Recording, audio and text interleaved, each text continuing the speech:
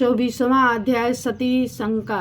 नारद जी ने कहा, महाब्राह्मण, अब आप मुझे सती शिव के अन्य चरित्र सुनाइए। ब्रह्मा जी बोले, नारद, जब एक समय लीलाधारी शंकर सती के साथ नंदीश्वर पर बैठे हुए त्रिलोक भ्रमण कर रहे थे तो दंडक वन में पहुंचने पर उन्होंने सती को वहां की वह भूमि दिखलाई कि जहां से रावण सीता को हर ले गया था, और भगवान राम सीता के वियोग में लताओं और वृक्षों से भी उनका परिचय पूछते हुए सीता का पता लगा रहे थे। तब सती को यह बतलाते हुए देवाधिदेव शंकर जो वहां से आगे बढ़े तो उन्हें भाई लक्ष्मण के साथ सीता को खोजते हुए भगवान श्री राम दिखाई पड़े और उसी प्रकार भी रही थे। शिव जी ने दूसरे मार्ग से आगे जाकर प्रणाम किया और श्री रामचंद्र को अपना दर्शन दिया। यह देख सती शिव जी की माया से मोहित हो गईं और उन्होंने मुस्कुराते हुए शिव जी से कहा कि परमेश्वर, आप तो सब देवताओं से प्रणम्य और सर्वोच्च हैं, फिर विरही मनुष्यों की तरह वन में विचरते हुए इन दिनों मनुष्यों का आपने क्या किया? वे दोनों कौन थे? हे स्वामिन, इस शंका का निवारण कीजिए। सती को इस प्रकार माया से विमोहित हुआ देख शिव मुस्कुराते हुए बोले, हे देवी सुनो, मैंने जो इन्हें सादर प्रणाम किया है वे सूर्य वंश में उत्पन्न हुए ये दोनों भाई दशरथ के पुत्र हैं। राम और लक्ष्मण इनका नाम है। मेरे गोरे रंग का छोटा भाई लक्ष्मण है। श्री राम बड़े ही शांत और विष्णु के साक्षात अवतार हैं। ये पृथ्वी पर साधु जनों की रक्षा और हमारे कल्याण के लिए अवतरित हुए हैं।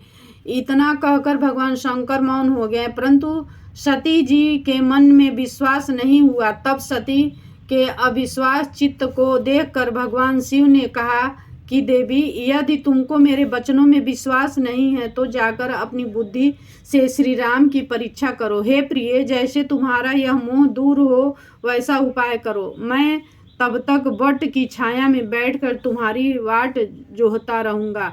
फिर तो शिवजी की आज्ञा पाते ही सती जी राम की परीक्षा करने चली और वहाँ जाकर विचरने लगी। किसी प्रकार परीक्षा ले उन्होंने सोचा कि सीता का रूप धारण कर राम के समीप जाऊं। यदि श्री राम साक्षात विष्णु के अवतार होंगे तो मुझे पहचान लेंगे, अन्यथा नहीं। वह सीता का रूप धारण कर परीक्षा लेने के लिए राम के पास गईं। तब सती को सीता के रूप में देख शिव का नाम जपते हुए श्री रामचंद्र जी ने यह रहस्य जानते हुए उन्हें प्रणाम करके मुस्कुराते हुए कहा कि हे सती, इस समय शिव जी कहाँ हैं जो तुम पति के बिना अकेली इस वन में भी फिर रही हो? हे सती, आपने रूप त्याग कर यह रूप क्यों बनाया? राम के इस वचनों को सुनते ही सती चकित हो गईं और उन्हें शिव के वचनों का स्मरण कर बड़ी लज्जा आई। अब वे राम को साक्षात विष्णु समझ उनसे बोली कि राम, मैंने तुम्हारी प्रभुता देख ली, परंतु आप मुझे यह बतलाइए कि शिव जी ने आपको प्रणाम क्यों किया? सती के वचन सुन श्री राम के नेत्र हर्ष से प्रफुल्लित हो गए।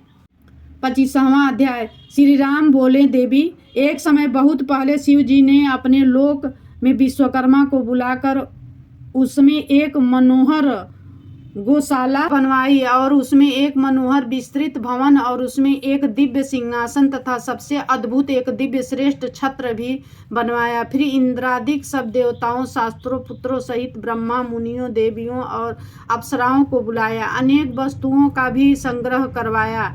नागों की 16 कन्याओं ने मंगलाचार किया और संगीतज्ञों ने बीड़ा, मृदंग आदि बाजे बजाकर संगीत गान कराया। इस प्रकार का बड़ा समारोह और उत्सव किया। राज्याभिषेक की सारी सामग्रियां भी अपने गणों से मंगवाई। घोर शब्द वाला शंख बजाकर प्रसन्नता से वैकुंठवासी विष्णु को बुलवाया। फिर एक उत्तम मुहूर्त देखकर भक्ति से पूर्ण शंकर ने शिव विष्णु जी के श्रेष्ठ सिंहासन पर बिठा बहुत से अलंकार पहनाए और उनके सिर पर मुकुट बांध उनका अभिषेक किया।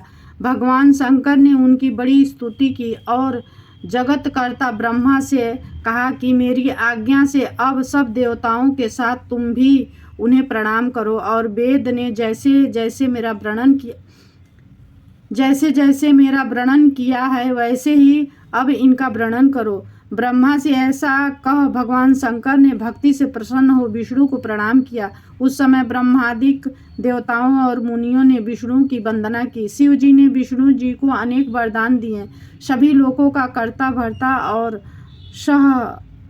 सहर्ता बनाया, अपनी सारी माया दी, अनेकों अवतार लेकर संसार का पालक बनाया, अपने लोकों में गोलोक नामक स्थान दिया और कहा कि विष्णु, पृथ्वी पर आपके जितने भी अवतार होंगे मेरे भक्त आदर पूर्वक उनका दर्शन करेंगे। इस प्रकार विष्णु को अखंड ऐश्वर्य देकर अपने गणों सहित शंकर कैलाश को चले गए। उसी समय से भगवान विष्णु ने गोप वेश धारण किया, गोपों गोपियों और गौओं के स्वामी बने। इस समय शिव जी की आज्ञा से उन्होंने 4 अवतार धारण किए हैं। पहले में राम, 3 में भरत, लक्ष्मण और शत्रुघ्न हैं। देवी, मैं पिता की आज्ञा से लक्ष्मण और सीता सहित वन में आया हूँ। किसी राक्षस ने मेरी पत्नी सीता को चुरा लिया है। भाई के साथ मैं वियोगी बना उन्हें इस वन में ढूंढ रहा हूँ। माता, आपका दर्शन पाकर मेरा कल्याण हुआ। यदि आपकी कृपा रही तो सर्वदा मंगल ही होगा। इस प्रकार बहुत कुछ कहकर सती जी को प्रणाम कर रामचंद्र जी वन में विचरने लगे। सती जी ने उन्हें शिव भक्त जान उनकी बड़ी प्रशंसा की। फिर अपने किए पर पश्चाताप करती हुई शिव जी के पास लौट आई।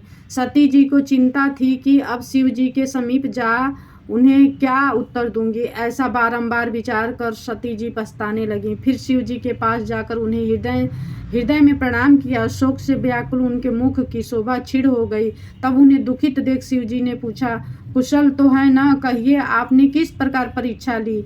सती ने सिर झुका लिया और कहा, कुछ नहीं। वह शोक से संतप्त हो शिव जी के पास जा खड़ी हुई। महायोगी शिव ने ध्यान से सती का चरित्र ज्ञात कर लिया। उन्होंने सोचा, अब यदि मैं सती को पूर्ववत स्नेह करूं तो मेरी शुद्ध प्रतिज्ञा भंग हो जाएगी। वेद धर्म के पालक शिव जी ने सती को मन से त्याग दिया। फिर सती से कुछ न कहकर कैलाश की ओर बढ़े। मार्ग में सबको और विशेषकर सीता जी को सुनने के लिए यह आकाशवाणी हुई कि महायोगिन, आपको धन्य है। आपके समान तीनों लोक में ऐसा प्राण पालक कोई नहीं है। यह आकाशवाणी सुनते ही सती कांतहीन हो गईं। फिर उन्होंने शिव जी से पूछा कि नाथ, आपने कौन सा प्रण किया है, मुझसे कहिए। परंतु सती जी के पूछने पर भी शिव जी ने ब्रह्मा विष्णु के आगे की हुई अपनी पूर्व प्रतिज्ञा को न बतलाया। फिर तो सती जी ने अपने प्राण प्रिय शंकर का मन में ध्यान करके अपने त्याग की सारी बातें जान ली। शिव जी द्वारा अपना त्याग समझ उनके मन में बड़ा दुख हुआ। वह शीघ्र ही दीर्घ निश्वास लेने लगी। तब सब समझ शिव सती का मन बहलाने के लिए अनेकों कथाएं कहने लगे। फिर कैलाश में पहुंच समाधि लगा अपने रूप का ध्यान करने लगे। सती भी उनके समीप ही खिन्न चित्त में बैठी रहीं। सती और शंकर के इस चरित्र को किसी ने नहीं जाना। बहुत समय व्यतीत हो गया। जब शंकर जी ने समाधि खोली तो समीप जाकर सती ने शंकर को प्रणाम किया। उदार बुद्धि शंकर ने उन्हें अपने सम्मुख आसन दिया। बहुत सी कथाएं कहकर सती को शोक मुक्त किया, परंतु शंकर जी ने सत्यता न छोड़ी।